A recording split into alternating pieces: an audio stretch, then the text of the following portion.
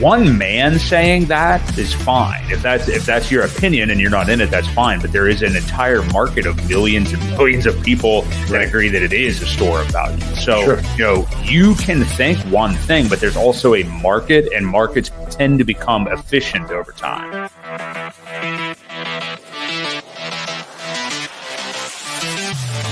We do know that you will always get paid in Hex on a daily basis. And that is truly the miracle that we call Hex, because it is trustless interest, trustless yield. Nothing will stop that contract from running.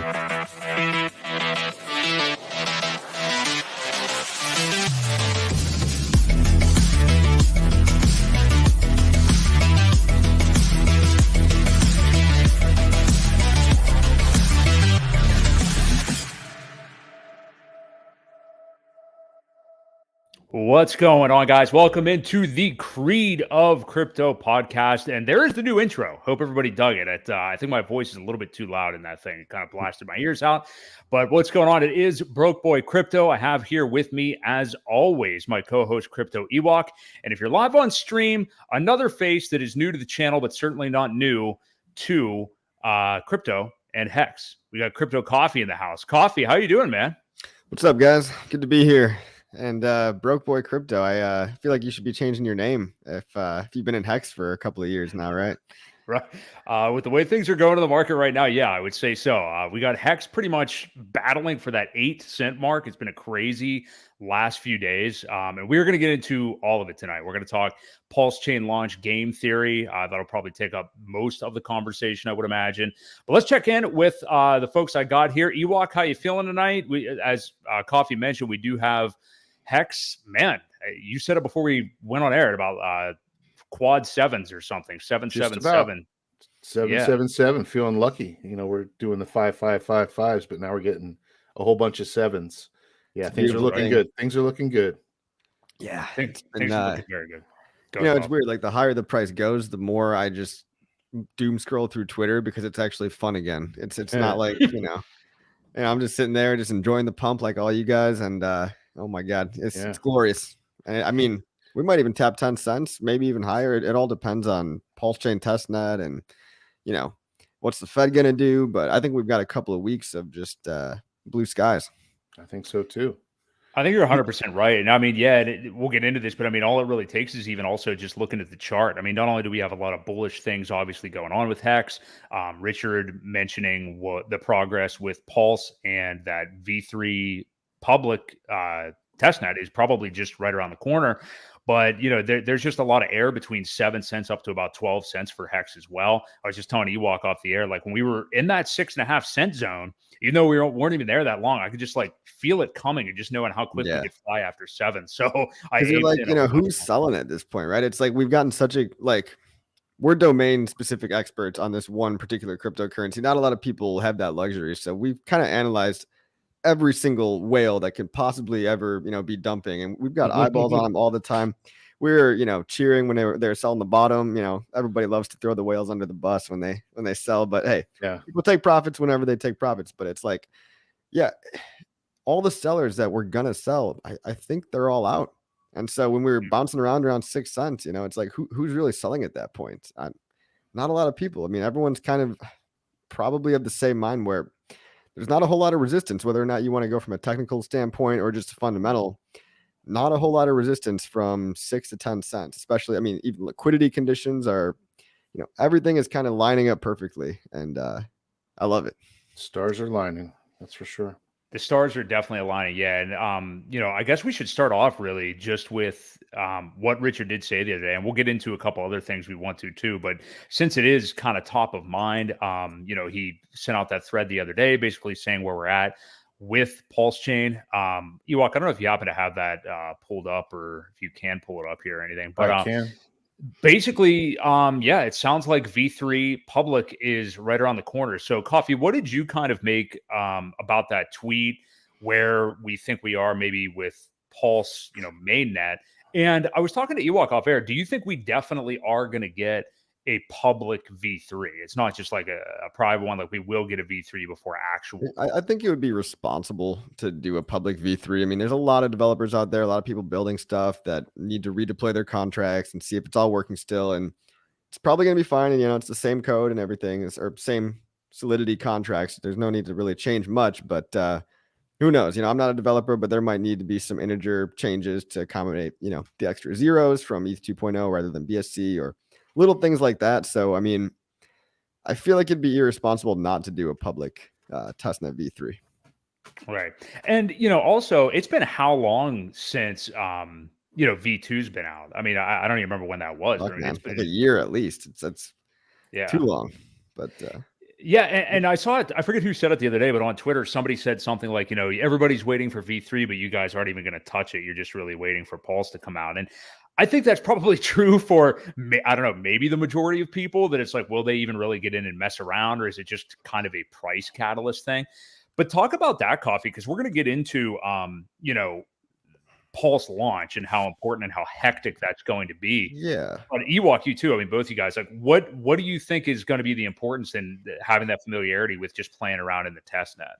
Well, look, I mean, I made a whole bunch of videos back in the day when V2B came out, tutorials about how to familiarize yourself with this stuff. And it's really important that if you're listening and you've never played around with it, you need to get off your ass and go try it, because like, if you're going to hit the ground running on day one with all of your life savings invested in some project that you've never even tested, and you've had the ability to test it, but you didn't, that's negligent on your part. I think it's your responsibility as an investor to go see how you can use this. And it'll also help you sleep better at night if you're going to try any, pre-bridge strategies. And, we can beat that dead horse to death, but everybody wants to talk, everyone's scared, nervous, trying to strategize about what they should do. The best way to strategize is prepare. Just educate yourself early on. And if you haven't played around with testnet V2B, go do it now. I mean, I imagine V3 is going to be relatively the same, but I know myself personally, I'm curious about quite a few things. Like the staking is going to be totally different. Yep. So that probably is going to warrant a couple new tutorial videos. It's we're forking Ethereum 2.0, which is a lot different than Binance Smart Chain, a lot better.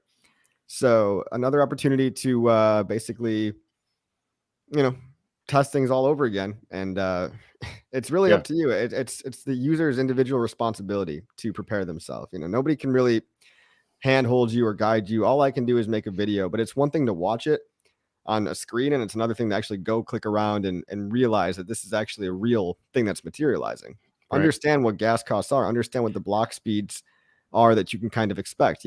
Do a limit order, because if you want to be smart early on in the accumulation stage of PLS or Pulse X, you need to know about limit orders. You should probably know about validation and staking too, even though it's probably above most people's pay grade, honestly, the validation part. But yeah, I might do it only if it's easy enough. Like if Alex from Hedron just hands me a box and I pay him, $1,000, he gives me a box and I plug it in, and that's my validator, great. But I'm still not convinced that validation is going to be totally profitable right away. But nevertheless, it's my job, right? This is what I kind of built the whole brand around. So it's my responsibility to test it, play with it, make tutorials, but it's also everybody's individual responsibility too. I mean, imagine putting $1 million or a couple $100,000 into something and just, letting it go by and not even bothering to check up on it. Right. And especially while it's free, it's a good thing to get in there and play around and make mistakes while it doesn't cost you anything, as opposed to, once it goes live, trying to figure it out then. Yeah. I think it behooves people to at least get more familiar with it and understand the interface and everything before it comes out. And we may, just because V3 public may come out doesn't mean that like PulseChain mainnet is right around the corner. But there seems to be a lot of momentum right now that I think people are warming up to the idea. Look, just the time frame. Like it only takes literally like 2 months. I mean, Christmas here in the United States. Like, I mean, everything was like the SEC and Hex and stuff like that, and Max Fear and all this stuff. And now suddenly it's like, dude, PulseChain could be any day now. Yep. It's crazy how these markets go. But Coffee, I want to ask you just a few questions. So before we get into even more Pulse stuff, and I'm sure you've told it before, but I want to get into it a little bit with you about like your Hex origin story.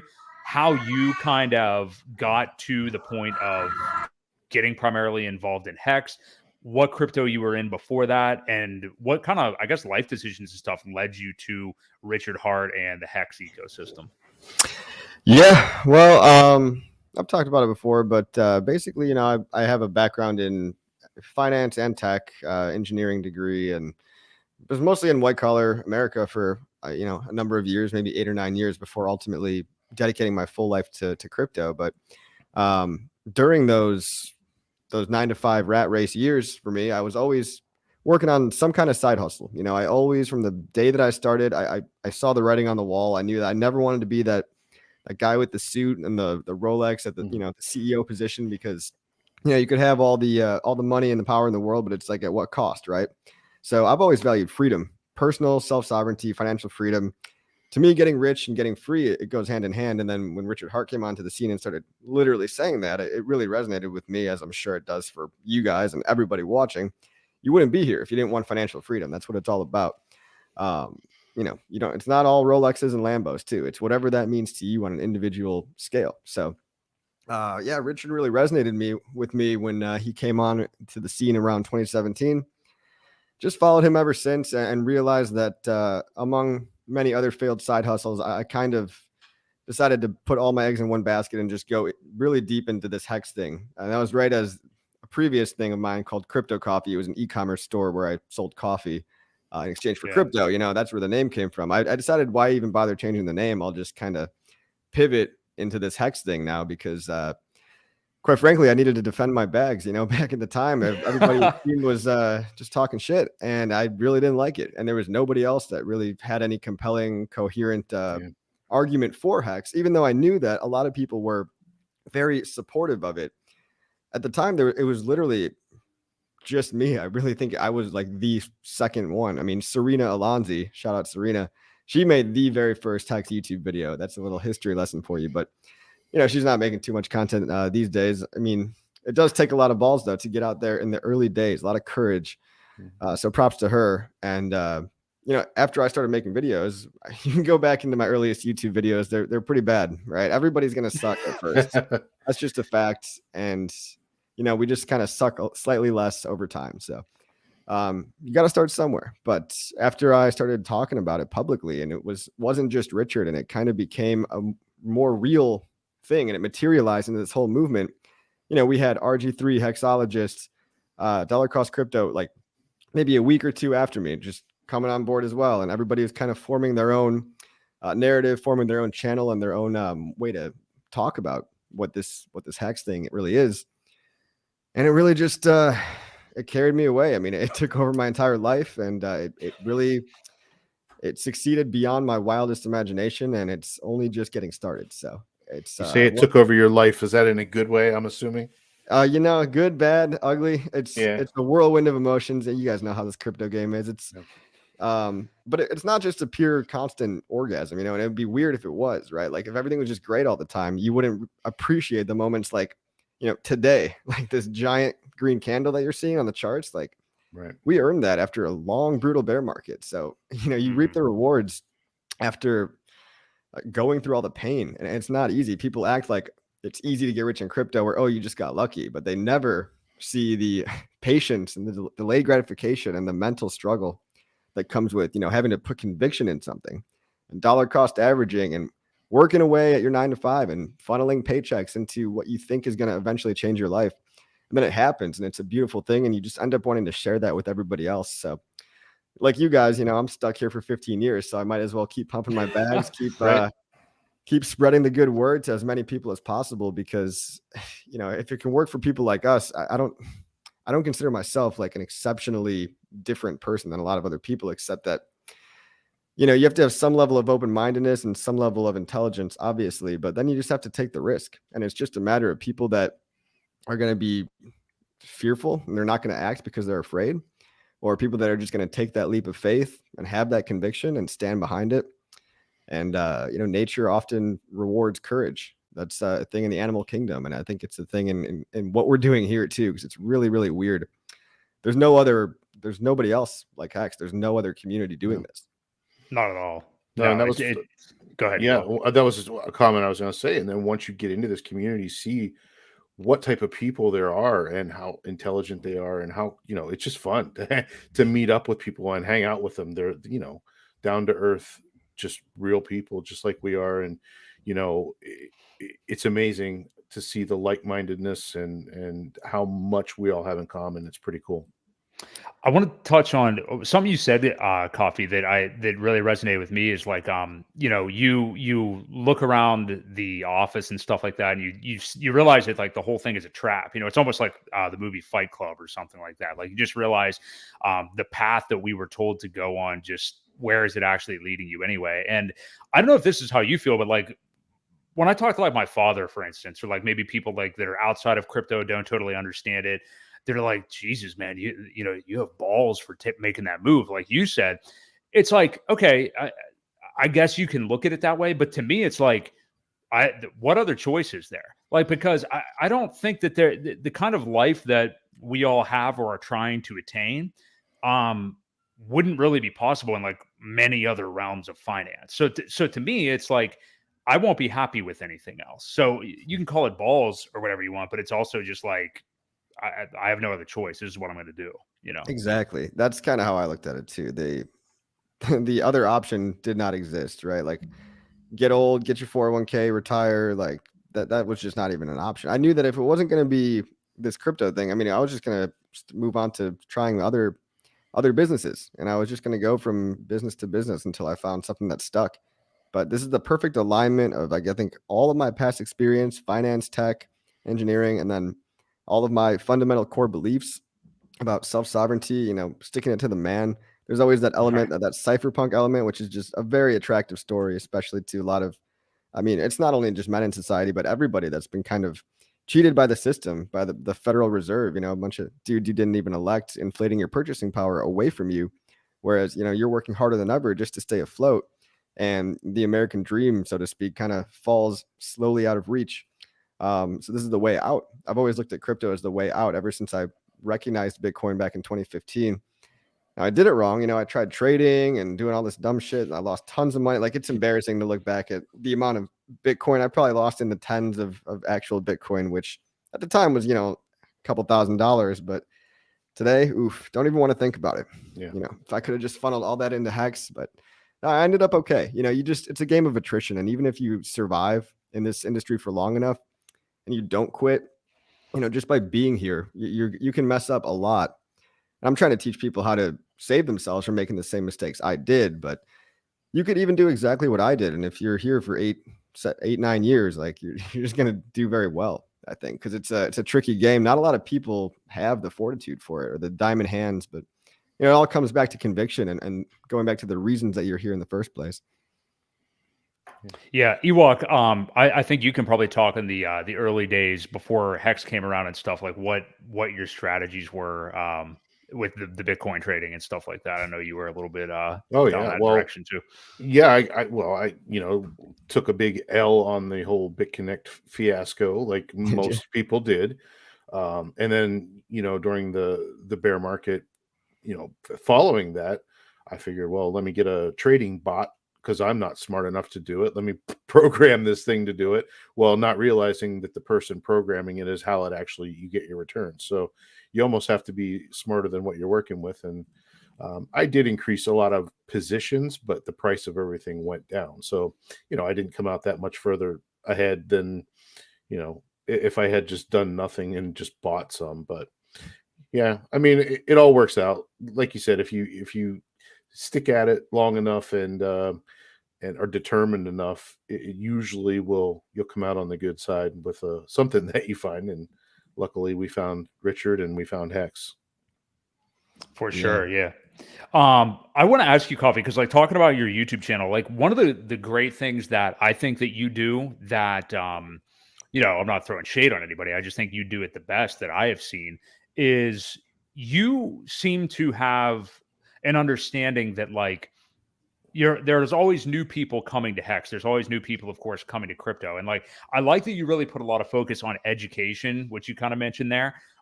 Every time, like, I think it was the last one, like when Communists came out, before you knew it, like you had a video up talking about how to claim I want that communists. referral money, bro. gotta act fast.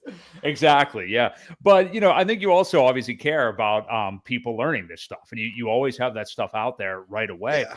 And there's so much game theory to Hex that I think it takes a lot of understanding. And I like that you focus on the basics. So is that like an intent of yours? Like, do you try to, remain conscious of the new investor? Yeah, exactly. I mean, that's where, like, when you really think about the maximum possible effect you can have in terms of, and I hate to put it so crass, but pumping your own bags, right?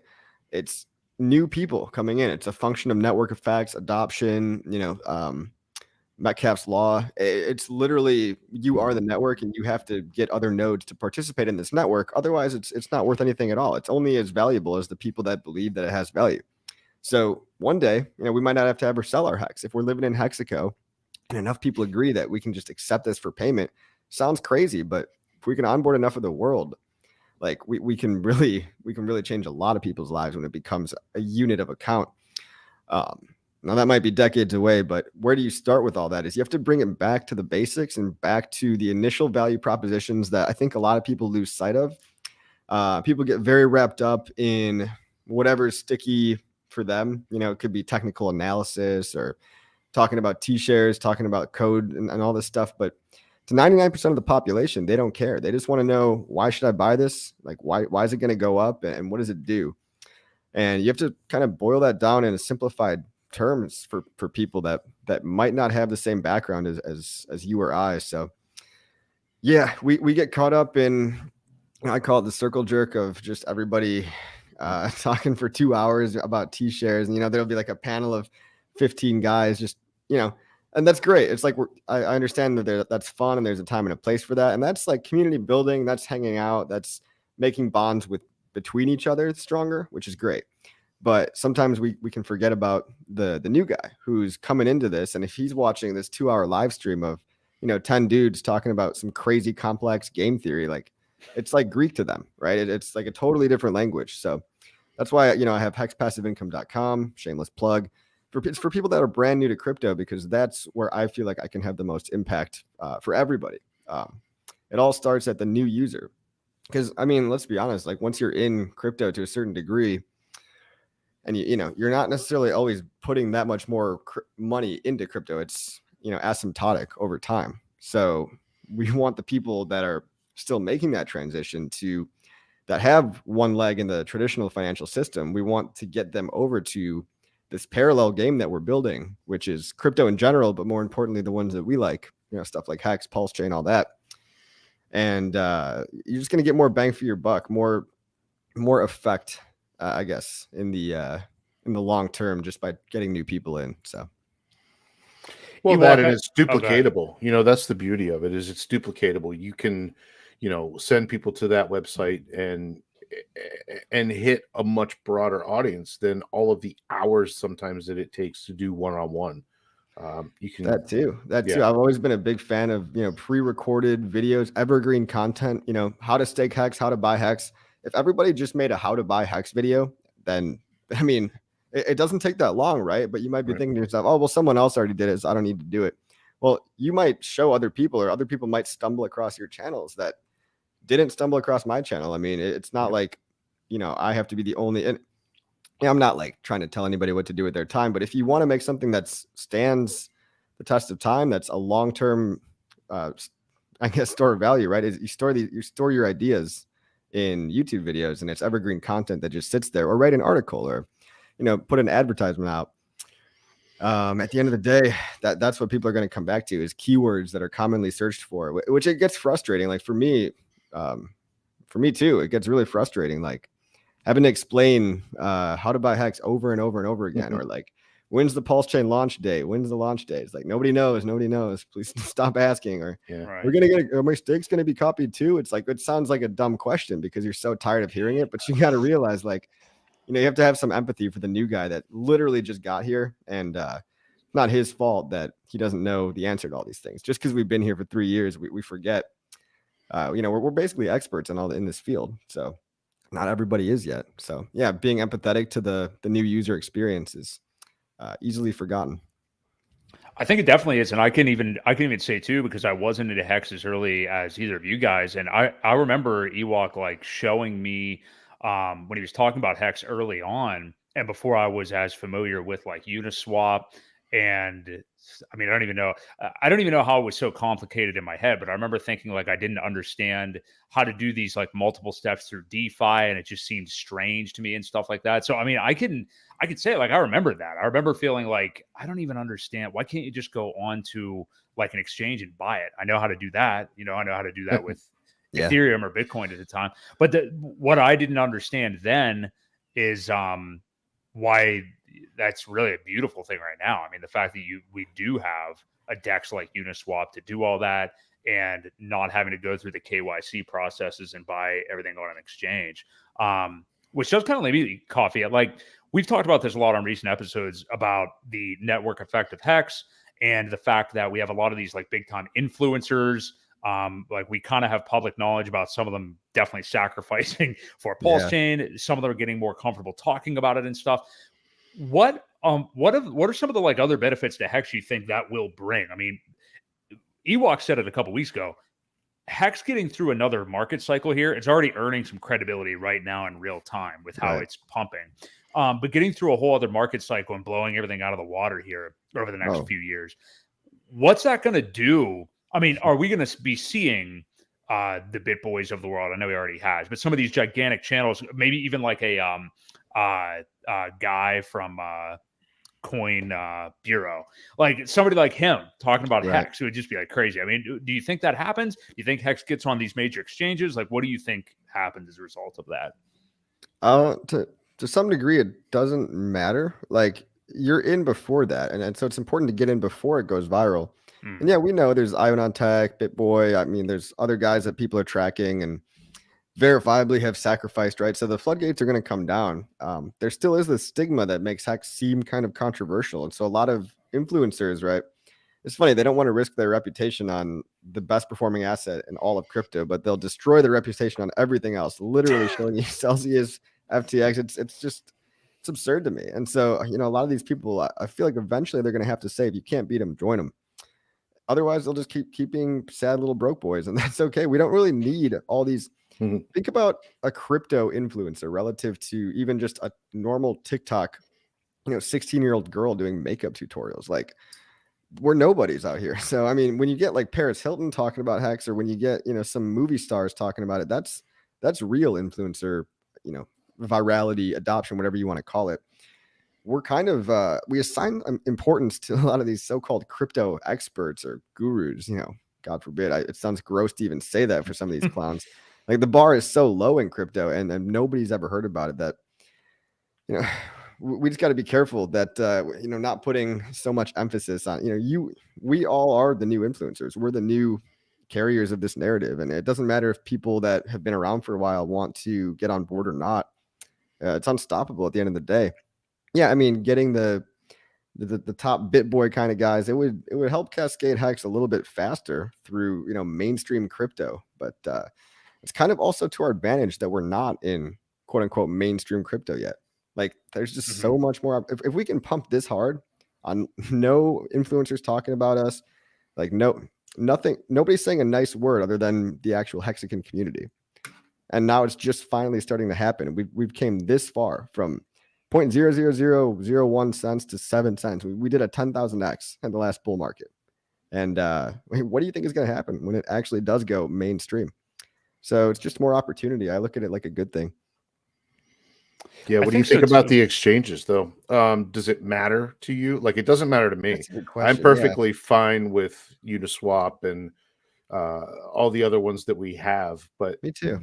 I mean, does it get that much more traction if it gets listed on a Coinbase, or do we see a major dump? Because that's what usually happens, right? Yeah. Because people well, it's pretty corrupt.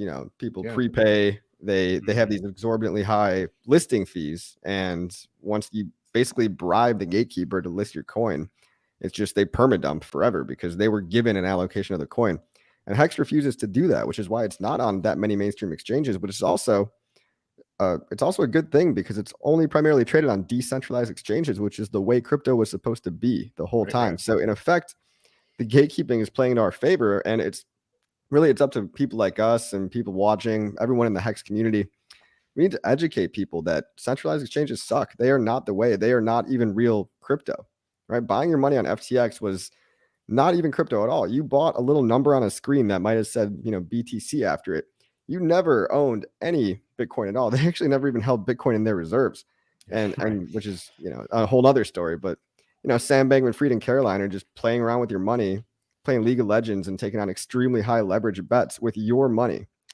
That's not real crypto at all. So they're probably rubbing those dollar bills all over their bodies and stuff. You know what I mean? Who knows what was going on down there? Don't paint that picture, please. I want to ask you this, Coffee, because I really liked your attitude towards this. If you can even really call it that, because I think you did a good job of just kind of ignoring it. I'm not even going to really mention anything in specific because there's been many over the course of Hex's existence. But, people always talk about like these vampire attacks or Hex wannabes and stuff like that. I really like your kind of, I've never seen you get like emotional about it. I've never seen you, like if I even utter these words, the Hex gods will strike me down. You just kind of, what the best is. And I like that you don't seem to have like a scarcity mindset, I guess is what I'm trying to say. And I think there's some of that going on out there with people that get a little bit afraid of, what may happen to their own bags or something like that. And yeah, you seem to be kind of on the opposite end of that and just, hey, I know I have the best product here and I'm going to continue to talk about it. So exactly. I mean, yeah, you nailed it. I don't know. That's kind of where I'm coming from. It's like, why would I want to spend time talking about something that's going to make me less money, like, or lose me money, and we've seen copycats come and go. It's nothing new under the sun. You guys have been here a while too, right? You remember Hexy and, oh my God, where do we begin? Wise token. And like, I'm only talking about these things because it's been so long that the risk diode concept doesn't really matter much anymore. Even Axion, like they're just so dead that it's funny. It's laughable. And we're seeing that happen with new things all the time. There's always, we're the AI version of Hex, just slap a buzzword on there and call it like the next best thing.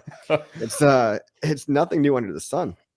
So I don't care if people want to talk about it, but when people are arguing on Twitter about, which coin is better, you're wasting your time. You got to ghost trolls and ghost people that have worse ideas, right? Like if there was something to gain by you arguing with somebody on the internet, like you better make sure he's got a lot more followers than you, right? But we're arguing. It's like the peanut gallery, just arguing about little tiny stuff that doesn't matter. I mean, you can just mute words that you don't like in your chat box. You guys know that, right? Like you can go to your YouTube settings and just say, okay, when these 3 letters are typed, just mute that person. And it's a glorious thing. Like you can censor people that you don't want to hear. And I'm totally fine with that. Yeah. If you're coming onto my stream trying to shill something that is going to wreck people, it's my domain. I have the ability to, we talk about what I want to talk about here. If you want to show your garbage coin somewhere else, I'm not going to stop you. I'm not going to stop you. But at the end of the day, like, let's let the best narrative win. Yep. And if your coin is so good and your narrative is so great, your leader's so awesome, then time will tell. Right. And then, I'll admit when I'm wrong, but haven't been so far. I think the Richard Hart ecosystem is a pretty safe bet. That's where I'm putting most of my eggs, right? Yeah. With that being said, PulseChain is coming out. What non-Richard Hart product are you most looking forward to? Nice. Yeah, that's a good question.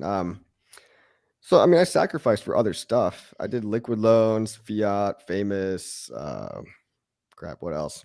I don't know. By the end of it, I was all out of money, and now there's sacrifices, and they just won't stop, and they just keep asking for my money, and I'm like, guys, I'm already stretched too thin, and I'm in like 4 or 5 other projects. I think I put a tiny little bit into Mintra, just because I know Gerardo, he's a good guy. Like, right. It's seriously compared to the rest of my stack, it's the tiniest little bit that I put into Mintra.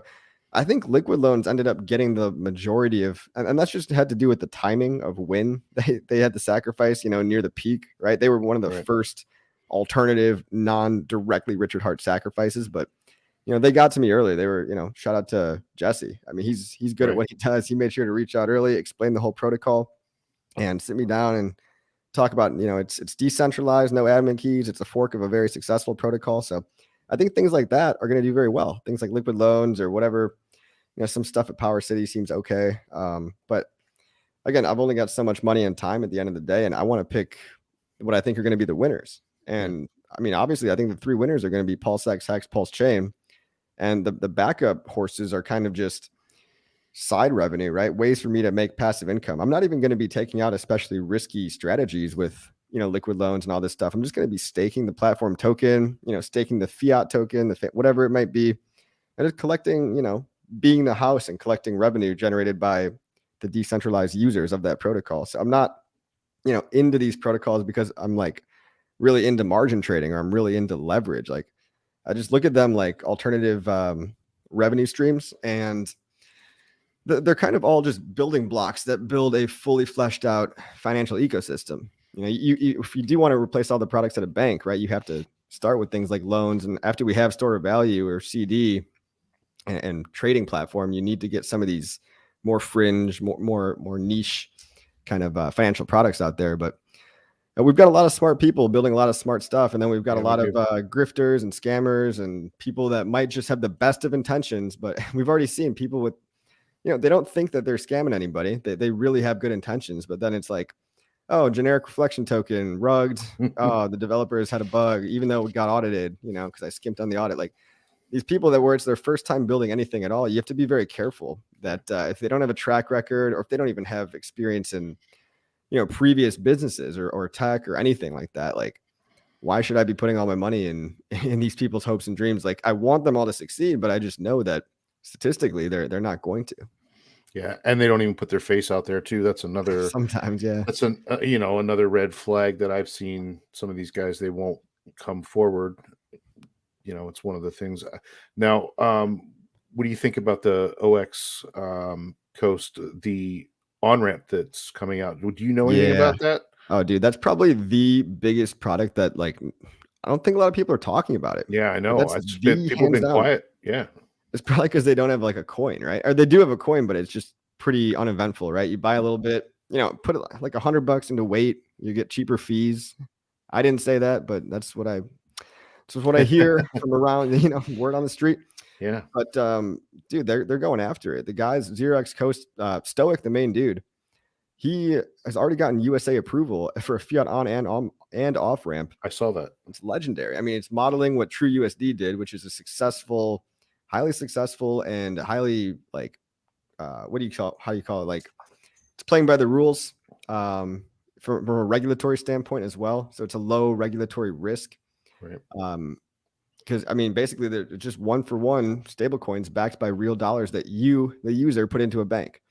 And now he's going for it seems like he's going for every country on the map, right? Well, they're about halfway there because I saw the map the other day and they said about 50% has been at one point, they're at least started with regulations in that country at least. So it's pretty cool.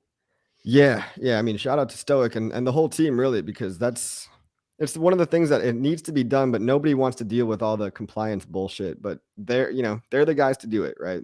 Yep. They have really solid business sense, and you can see they're making real progress. They're going to launch on Ethereum before PulseChain even is out, so they're going to have a working product from day one.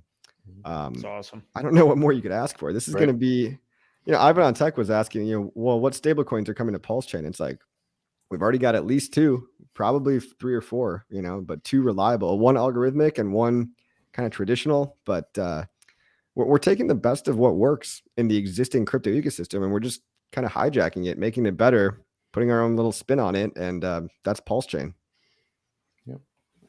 How about you, Ewok? Do you have a favorite of the non-RH things that are going to be on Pulse so far?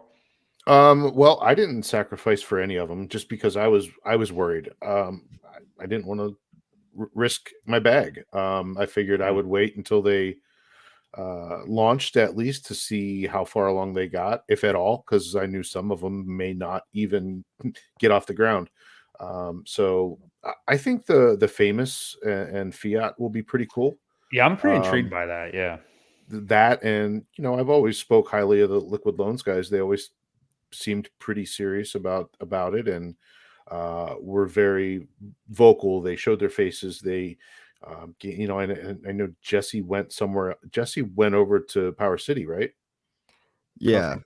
Yeah. Yeah. I So, think he's some kind of community lead over there or something. so I don't know the backstory of why or what happened, but either way, yeah, I mean, I'm excited to see what happens. I'm also going to be very leery of new projects because for every good one, there's going to be 10 out there to steal your money. So, you know, we just Yeah. have to be Yeah. very aware of what's going on and be careful. It's a good point. It's like, it's not because you didn't put money in them. You're not, people just get so emotional and worked up. It's like, we're not saying we don't trust or like these guys or want to trust these guys, but it's your own money, right? And when people Yep. come in onto the scene without a track record, you know, that maybe they don't even show their face on camera. Maybe you're like, well, who are you? And why are you asking for my money? And it's going to take some time for a lot of these people to prove themselves. But yeah, I guess if it comes back to the original question, my favorite product being built, I got to go with the fiat on and off ramp. That's just it's a dark horse. Not a lot of people are talking about it. Yep. I agree. Yeah, I'm not here. I don't hear much about it at all. So yeah, that's definitely going to be interesting. Let's turn our attention to a little bit of future casting here, kind of. And guys, if you're enjoying the stream so far, hit the like. We very much appreciate it. First, we'll just answer this question from Ren. So we kind of touched a little bit on this earlier, but V3 public we think will be out soon. I mean, I saw Hexo the other day thinking it would be out already by now. I think his window is already passed, but people, you know, we think it's close. How long do you think? I don't even know if there's a point answering this, but how long will the testnet be out, do you guys think, before we actually see mainnet launch? Yeah, who knows? Exactly. I think it depends really if they find bugs, or you know, if everything's running smoothly. A month maybe. It's just a guess. Now, I think you and I were talking about this before Coffee got on, but we got to remember that the V3 protocol becomes public as of April 1st. So even if we do launch the testnet V3 in March sometime, it makes sense to at least wait until that. Coffee, don't you agree? Yeah. Look, I mean, it might be pretty quick because they've got a private testnet that's been out for some time. So you know they've been working on it, but you know, you don't know what you don't know, right? Like there's going to be unforeseen bugs that do come up. I'd give it 1 to 2 months maybe after V3 launches. I'm always foolishly optimistic, but let's call it 1 to 2 months if we're just making stuff up here, right? Yeah, I like it. I like your made up answer. So, okay, I want to turn our attention to what is probably going to be one of the most interesting things here. And even though the answer may be kind of similar for these three scenarios, I want to talk about, so on actual PulseChain launch, we've got a few scenarios of people that are going to be experiencing this. And it's going to be crazy, obviously, the first few days, first few weeks, really. Who am I kidding? But, you know, we're going to have people who have sacrificed for both PulseChain and PulseX. Even more people that just sacrificed for PulseX. And I'm not sure of the numbers here, but maybe more people who didn't have an opportunity to sacrifice at all, because we are now a year on, over a year actually, from even the PulseX sacrifice. So looking at these three scenarios, Coffee, and you know, we're not obviously giving out financial advice to people directly or anything, but just some kind of broad brush stuff. You know, somebody maybe in your shoes, who obviously has sacrificed for both of these. What's kind of your plans the first few days, and what would you think one's plans should or could be that's already, you know, kind of comfortable with the bag that they sacrificed for? Are you just kind of sitting back, watching the action?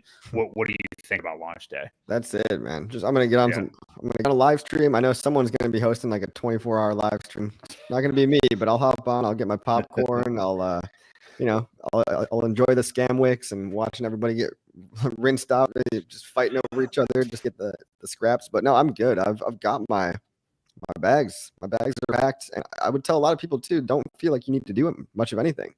You can dollar cost average in afterwards if you're just a little patient. You're not gonna. The risk of people doing something that could shoot themselves in the foot is pretty high, and a lot of people think they're going to be smart. Well, it's like you can't all be smart, right? Like there has to be a winner and a loser if you're going to try ratio trading beforehand. So I just don't want to give any like formal recommendations on that, because if it was me and I didn't already have a PulseChain and PulseX bag, or if I didn't already sacrifice, then I'd probably set a really conservative limit order based on the price of Hex and what the price of Hex was pre-fork, right? Or what it is over on Ethereum. And I would try to relatively judge that to the sacrifice price of PulseX or Pulse or whichever bag I'm trying to accumulate. And remember, that price was $0.0001. And I would just do the math on those ratios, right? But set a very, very conservative limit order too, because people might fat finger it. People might mess it up and maybe add an extra zero onto their transaction, and it could slip easily into your limit order. It's going to be pure chaos, though. It's going to be one of the most entertaining couple of days I think I'll ever exist in. Yeah, it's going to be interesting to see how many people actually wreck themselves thinking that they're smart, doing the right thing, and trying to do things too early, too fast, too drunk. I mean, who knows what the mindset is? But yeah, the fat finger thing could just wreck somebody. Adding an extra zero or an extra any number could really screw you up. So, my advice to people is to just sit back and wait, only because Hex didn't bottom for 33 days. Exactly. We could see a very similar pattern. Who knows? No one really knows what's going to happen. But you look at every chart of a new coin, they all kind of look the same. There's always some group that got in early that just wants to get out. Some percentage of that. It's not going to be everybody, but look at look at Ethereum when it launched. Look at any big hyped project that had some kind of an ICO or even VC backing, and they dump for the first couple of months. That's just what happens. People that were waiting for the project are going to take short-term profits. Maybe they make a 2x, maybe they make a 3x, but they're ignoring the 1000x potential on the table, and that's where you can slowly just slide your way in. And don't freak out. It's all going to be okay. It's going to be fun. I mean, I'm going to probably have to just be making tutorials in the background. I'm not going to be touching the buy button or the sell button at all. Yeah. And we forget about all the people that are angry that it's taken this long because they don't know how to be patient. So the second it launches, who knows what they do? They could really need that money because they overextended themselves. I guess, man. But if you've waited this far without it, I know. Right. Yeah. Hey, you can lead a horse to water, but you can't make it drink. Right. One of the angles I'm most intrigued by, because I think this is going to be the majority of the people. Most people were able to sacrifice for Pulse X, did not sacrifice for PulseChain, and are going to be scrambling or wanting to get in to Pulse. And we see, I'm a big fan. I always talk about your friend Sami's channel. I don't know if you've seen him at all, Coffee. Yeah, he's awesome. Pretty good. Yeah, he's pretty good. I like his stuff a lot. But he's been reviewing this and talking about what people that have Pulse X are going to do. And, just FOMOing it, selling their PulseX, ratioing it into PulseChain. And to me, I really agree with what Sami's kind of been saying on it. And like you just kind of alluded to it, Coffee, you can't all be right. Not everybody's going to be right. So to me, if there's anything you want to accomplish, or if you can't keep yourself away from trading these things or, DCAing early on or something like that, to me, it's let's just go in the opposite direction than where the market is going then. If we're starting to see value creep out of EHEX early on, I might want to DCA a little bit into EHEX. If we're seeing the PulseX ratio get crazy, I might want to even, double down and DCA even more into PulseX. I mean, to me, it just kind of makes sense to go whatever the overreaction is, go the opposite way. I'm not saying that's something that people have to do. I mean, obviously sitting on your hands is fine too, but wherever you're seeing everything go is probably going to be the direction you don't want to follow, I guess is what I'm saying early on. I think you're right, man. I mean, it makes sense, doesn't it? It's very, very simple. And people are overcomplicating it, or they're biasing themselves and they're deluding themselves because they hold a bag of PulseX. But guys, the PulseX sacrifice came after the PulseChain sacrifice. So just by timing of it, a lot of people found out about PulseX after PulseChain, and a lot of people missed PulseChain, PLS. And now it lasted at least triple the time, right? It was 47 days, I think, rather than 14. And there was a lot more people that actually put in money. You could see this on chain. So what do you think all those people are going to be pushing to do? Now, if you don't have a PulseX bag yet, it might actually be nice to take the alternative side of that trade and go in and try to scoop up some PulseX for super duper cheap in those early days, because I think a lot of people are going to try to be the very basic amateur move is going to be swap your PulseX for PLS right away, just so you get some, right? Yeah. But that's just what everyone's going to do. And so, if you're following the herd, you're not going to get the best deal. I mean, sure, you might get your bag and it's going to be fine in 2 years, but you want to get a good deal. So it's just... I like the strategy of buying something random that we think will hold a little bit of value, and get rid of that. That way it's not like, say, Matic. I buy a bunch of Matic. I know I'm going to get a copy. I want to use that to trade, because then I'm not really dumping anything that means something to me. Right. I don't have to dump my Hex. I don't have to dump my Pulse. I don't have to dump my Pulse X.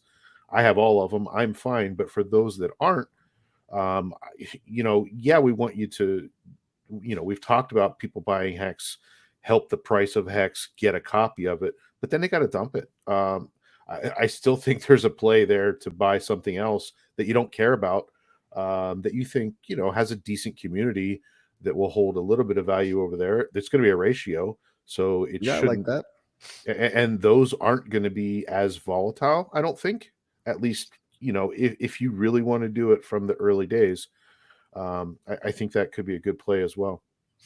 Yeah, I like that idea. It's kind of fun, right? If you've got some bags of some random little altcoins, hey, no one's going to be paying attention over there. So see how much pulse you can get for them. That's right. There's going to be pools from day one, because there were ETH pools, and that ETH is going to be transformed into pulse. Maybe you can get something substantial. I don't know. Right. It's just funny though. I see all these people just very, very, very bullish on Pulse X, just because I know this is like true, because like it's just what they have. They missed PLS. Right. Like it's very, and like, well, they're like, oh, but the math, all the moon math and the buy and burn, and it's like, okay, but don't delude yourself. They're all going to do great. I'm not talking shit about Pulse X at all, but just because you have it doesn't mean it's going to go straight up to the moon, right, forever. I do think in the near term, PulseChain will probably outperform, and then eventually, who knows? Pulse X could pick back up and overtake PLS. But it's just the distribution, right? It's the way the coins are distributed. Way more people have Pulse X, and not as many people have PLS. Yep.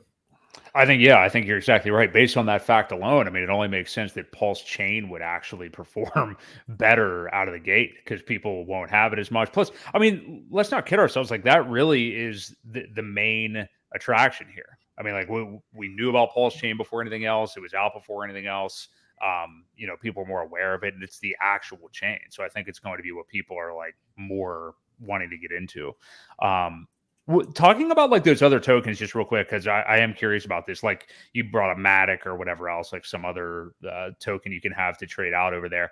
What do you guys think will happen with some of these tokens? Like, we've talked about USDC. Like, how quickly do you think some of those could lose their value, or how may they look on PulseChain? I'm curious to like what some of those coins may look like on a whole new chain like that, and what if they'll hold value. If you want to get rid of them quickly, what do you think we could be looking at there? I don't think a lot of them are going to hold their value. Ewok probably agrees with me on that. Yeah. The developers, the communities, they've got a lot of pride. They put a lot of time and effort into Ethereum. Ethereum is still looked at as kind of the blue chip, kind of a premier layer one still. And everyone's already kind of loyal to their own ecosystem, right? You don't see a lot of you don't see Compound being copied over onto the Phantom network, for example. And like Phantom just built their own version of whatever, and that's what PulseChain is doing. We're building our own versions of the stuff on Ethereum, but I don't think you're going to get a lot of loyal Ethereum developers and just investors. I don't think you're going to get them flipping over day one. If I had to put my money on any community actually flipping over and kind of becoming PulseChain loyalists, it'd be Shiba to me, because they don't care. They're just in it for the memes. Well, that and their transaction fees will be affordable. I mean, yeah, Shiba's. I mean, they did really well in the last cycle too. Yeah, I could see them adopting Pulse. Yeah, I could definitely see that. We pretty much know that USDC isn't going to hold value for shit, basically. And if it does, who's to say that Circle doesn't come in and invalidate them? So easily could. Yeah. Ewok, do you want to pull up the Hex price chart here for the last 10 minutes or so? I just figured we could kind of go over it. But I mean, Coffee, off the top of your head here, you want to answer that question while I do that real quick? I'm not sure what they're asking. How do you sell? But how do you sell what? So how will you be able to sell Pulse or Pulse X after the bridge opens? Wrapped stable coins? I mean, Go ahead, Coffee. I'll let you. Yeah, wrap stablecoins. I mean, it's either going to be that or the Coast stablecoin. I think the Coast stablecoin will exist from day one. If they're launching on Ethereum, they're going to be there on day one. Yeah, so you Maybe already have the that. US, you're not going to have the USDL stablecoin for a couple months. They're going to wait until some of the volatility dies down. But yeah, you're right. Yo, Fosha, wrap stablecoins for sure. So just some short-term price action here, just like with everything obviously that's going on with Hex and V3, possibly on the verge here. I mean, just looking at the chart, you guys kind of know some of the key levels, but I mean, where do you think we could be headed short-term? We were just about to break 8 cents. Once we got over 7, there's just kind of a lot of helium to the upside here. So, what do you think we could get in the short term? And upon a V3 public announcement, what do you think price action could look like in the short term for Hex? I would love 10 cents, man. I would really, really love it. And if the Fed stuff is less hawkish than we think, then it could even be as high as 15, 18 cents. But I don't want to get overly optimistic, but it feels like, like you said, there's not a whole lot going on between 7 and 10 in terms of the liquidity range, in terms of V3 could be out at any moment. I'm hoping I wake up to another nice green candle tomorrow, but there's always going to be people selling off, and it doesn't just go up in a straight line. So, which is healthy. Even if we stick with this trend line that I just kind of drew, and I drew it back in here, and it's kind of stayed within that. We'll see how it sticks to it. Even if we do have a little pullback, I think it's healthy to have those. We just don't want to see one vertical candle all the way up. It's nice, but it usually falls just as hard as it goes up when that happens. Yeah, but now this has been some sustainable, like organic, real users. It's a beautiful looking chart right now. This is real organic growth. Yeah, this is looking really, really good off the bottom. And people have to be regretting so badly. I've talked about it on here a lot with Ewok the last few weeks, but there were no shortage of opportunities to buy the lows in this bear market for Hex. Not only that, but the timing of it. And I know this because I was doing it the entire week, but over Christmas, you had under 2 cents the entire time. While you were home on vacation from work or whatever it might be, there was plenty of time to buy the bottoms there. And it's one of those things, nobody said it was going to be easy. It psychologically is harder to buy at those levels, especially when everybody's like, oh, I think 1.4 cents is going to be the lower. We're going to lose a penny and all this stuff. And, not only that, but people just aggressively waiting for a penny and it never coming. And I feel fortunate that I did, scoop up just a ton of it under 2 cents. And the time was definitely there to do that. But talk a little bit about that, Coffee, having, I guess, the fortitude or it's really, really hard, man. You got to flip the script on yourself because everything in your body is going to be telling you to wait, or maybe it's not right yet, or even sell, because our brain's reaction to fear is stronger than our brain's reaction to pleasure. If a lion ate your family back in the day, you didn't want to fuck with lions anymore. But if you ate a tasty orange, let's say, that feeling kind of wears off pretty quickly. So people are very averse to loss. They're very scared at the dips and skittish. And what if it goes to 1 cent? What if it goes to half a cent? None of that really matters when Hex is $2, right? It's not going to matter too much whether you got 2 cents or 2.5 cents. I think all that stuff under 3 cents was such a gift for people that wanted to DCA, and I know a lot of people did. Shout out to you guys, or at least you, Broke Boy. Capitalizing on that was not easy to do. And dollar cost averaging, it was much easier said than done, right? But you literally just need to, if you have conviction in what's happening, if you know the product's going to be here for a couple of years, if you know the community is not going anywhere, the code is immutable, then it can help you, sleep better at night with your decisions to scale in. All the opportunity exists when everybody's pessimistic. It's literally no better time to buy. It's just everything in your body is telling you not to, or maybe hold off, or maybe it's going to go a little lower, but you just got to pull the trigger, have a zoom out, think about what's life going to be like in 3 years, 4 years, 5 years.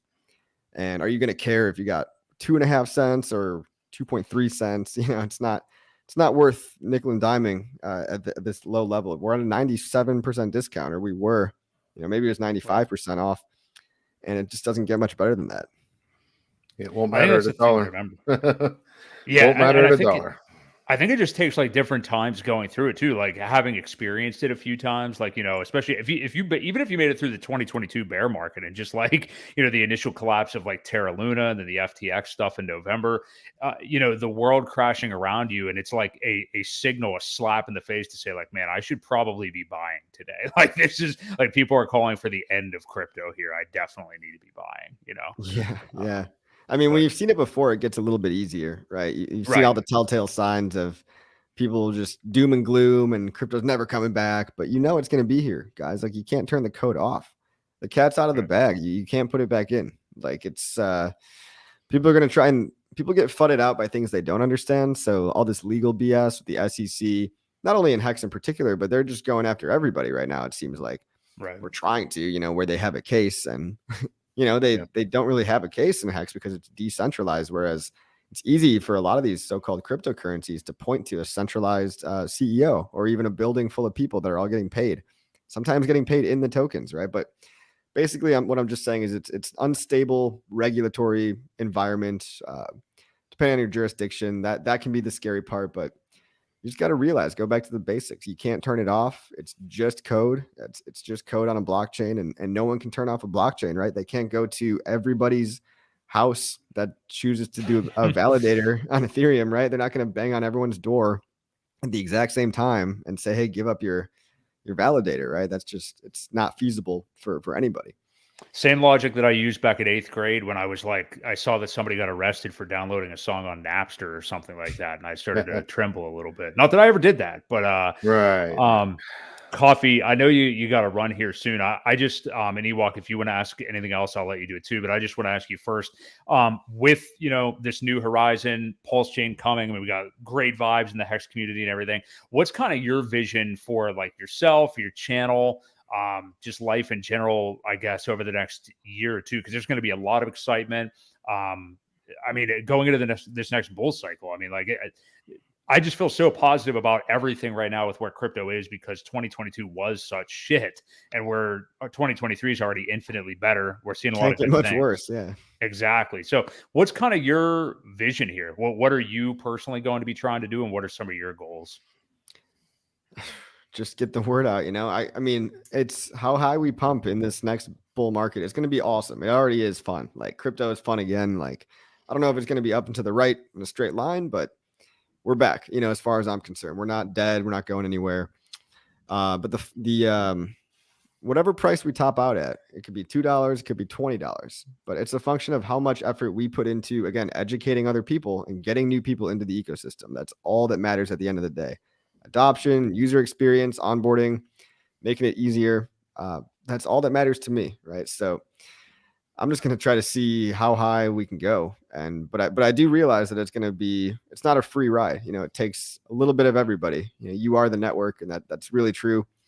Richard's only one guy, right? He can't do everything on his own. So just get out there and just try to pump your own bags, guys. Oh yeah. Good message. Ewok, you got anything else? No, I just want to, Coffee, we definitely appreciate you being here. We respect you. Want to give you a last chance there to show your Hex passive income. Tell people a little bit more about it. Kind of give them if you want to give them a price point. And sure, yeah.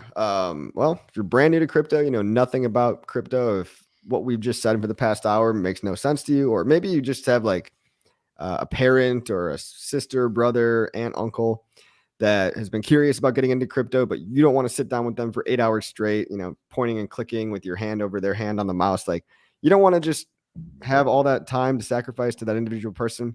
HexPassiveIncome.com, very, very affordable. It doesn't cost zero because people don't value things that they get for free, right?